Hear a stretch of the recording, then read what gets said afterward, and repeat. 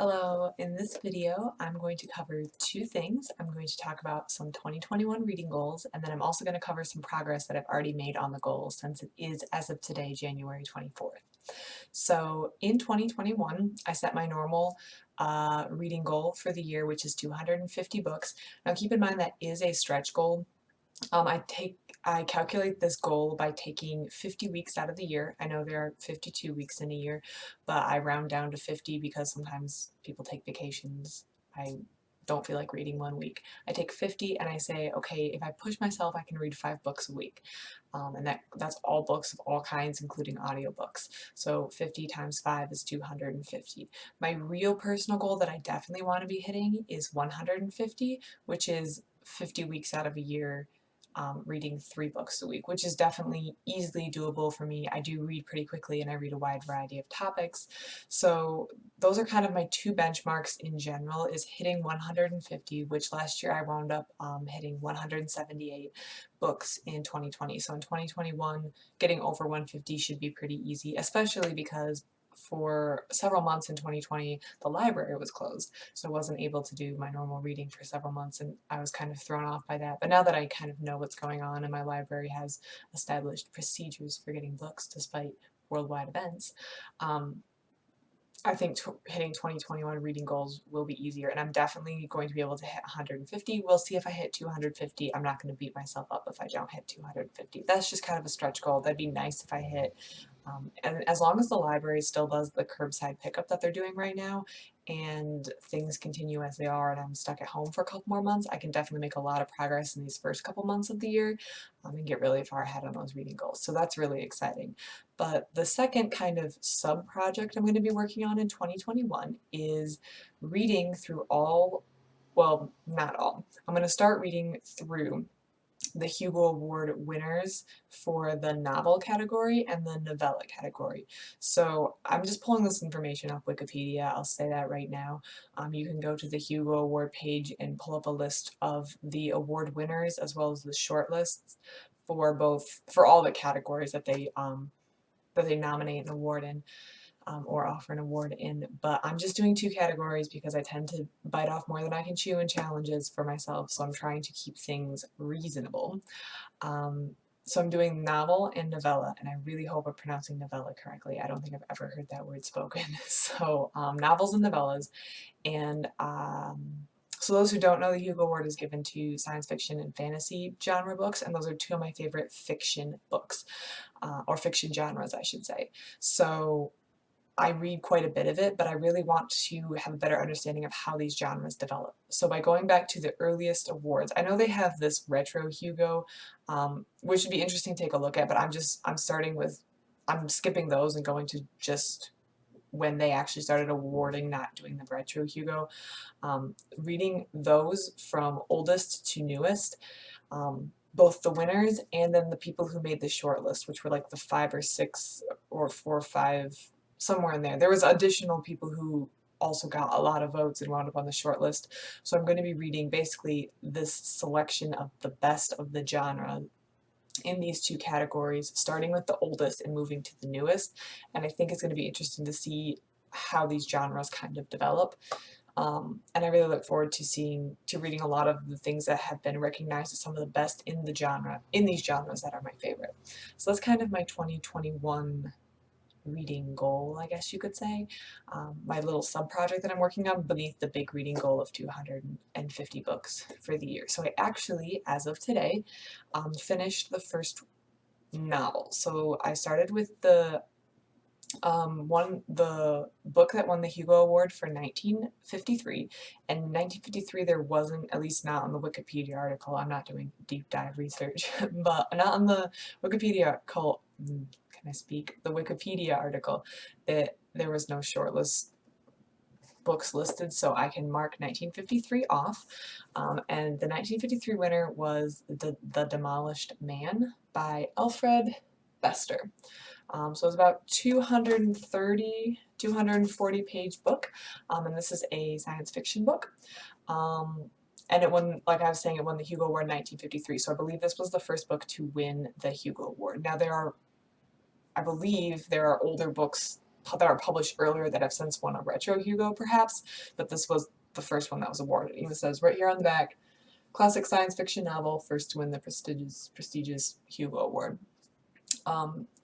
So read this one today and I rated it 4 stars, but it's a very high 4 star. It's almost a 5 star. This was a very good book and it's very easy to see why it was given an award.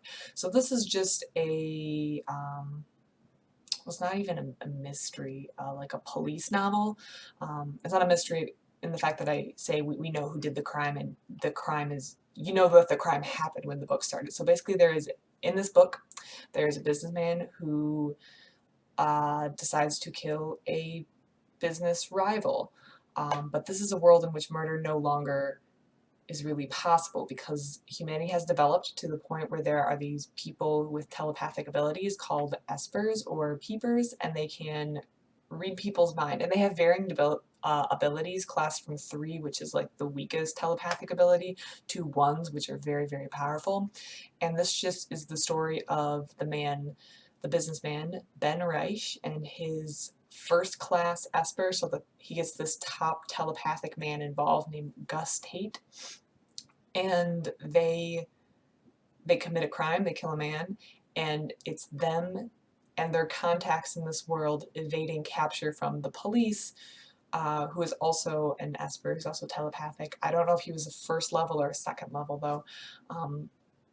But his name is Lincoln Powell, and it's Lincoln Powell trying to track down these 2 men, and the men trying to stay one step ahead of the police, and Lincoln Powell building a case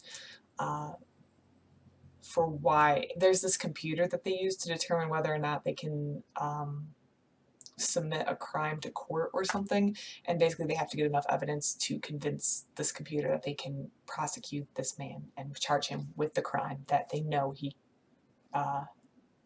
committed. So anyways, I'm not going to go into too much more detail beyond that because I don't want to spoil the surprise or what happens or how things play out in the book, but it was very, very good. I really enjoyed it. I was hooked right away. I sat down with the intention of reading maybe like 100 pages this afternoon, had a little bit of free time, made myself a cup of tea, sat down, and I wound up reading the whole 240-page book in one sitting, which is a very good sign, even for a reader like me. I got up and tried to do something else because I was like, wow, I've been reading for a while, and then I just wanted to go back and start reading, so I abandoned that plan after like a minute, and I just went back and finished the rest of this book because it was so good. A few minor criticisms, I will say, or not necessarily criticisms, but so this won the Hugo Award in 1953. This was written, I believe, in 1951, at least the copyright date, or the original copyright date, was 1951 by Galaxy Publishing Corporation. So, yeah, there's some 1950s stuff going on here. One thing that you'll probably notice is, or at least it stuck out to me, and some of this might be because of how young I am and how I've seen the world in one particular way, and it's a world in which there's a lot more gender parity than there was in the 1950s, particularly in the 1950s, and it was noticeable that there weren't really many women mentioned, like none of the business associates, none of the police officers as far as I was aware of. All the women you met were they were either hysterical or they're kind of fit into the looking for marriage. There was a woman who wanted to, and like there's nothing wrong with those characters, but when you read the whole book and there's never, you can tell it's kind of like still a boys club world, I guess that makes sense. It's a product of its times. It's in the 1950s. And I don't actually hold that against books, because, I mean, Alfred Bester, I don't know what his intentions were, but he grew up in a world where women didn't hold a lot of positions of authority or power in the mainstream society, and there was a different way that women acted, and you could argue that maybe he should have broken out creatively a little more, but it's just very noticeable, at least for me in the book, of how much we've improved. But that's also a good thing, like I've talked about before, like that was 60, 70 years ago, 60 years ago, I don't know, I can't do math. The world has changed and that's a good thing. I shouldn't expect a book from 1950 to read exactly like a book now because we've kind of moved forward. So that was just it was just odd reading, and I don't think many science, I think if a science fiction book was written like this today, there would be a lot of criticism about that, and maybe that criticism just didn't come up in the 1950s because there was just a different role or different expectation for women back then. The other thing I noticed was there was a romance subplot, kind of subplot, between Lincoln Powell, the police officer who is in charge of the investigation, and this woman who becomes catatonic after witnessing the murder. She's a major player in she's like the key witness in the whole situation, I guess. She winds up interacting with the police officer, and they do a procedure to try to get her memory back. Anyways, there's this whole thing where she has to like regress to childhood and like develop again, but she's like actually an adult woman, and also I should say she's not at all related to the police officer, but like because she has to like quickly in like the span of a couple weeks go from like thinking she's a baby to thinking she's an adult woman again. There's like this span where she like thinks she's a child even though she's a grown woman, and she like she interacts with the police officer like the police officer acting as like a father figure, like, but in the role of like, oh, I am your father for the time being. And then that plot turns into a romance subplot, not when she's acting like a child, I should say. But I was not a fan. I was very weirded out by the whole thing, and I think they could have dropped the whole romance subplot from the book and nothing would have suffered. That made me very uncomfortable. Again, I shall say that they're not actually related, and like by the time she's a full woman, she like fully like it's like it's this weird medical procedure, and then when she's like an adult again, and she is an adult this entire time, she's like, oh yeah, like I'm a grown woman, and I can make my own choices, and I'm choosing because I see a lot of good, I guess, in this police officer. But I don't know, it just gave me really bad feelings every single time I read it. It was mostly closer to the end, but that was a little criticism. I was like, ooh, not a full 5-star because some of these scenes make me really uncomfortable. But that's personal preference, and again, nothing actually weird in my opinion happened. I think there was just like the themes surrounding the romance subplot made me very uncomfortable. So,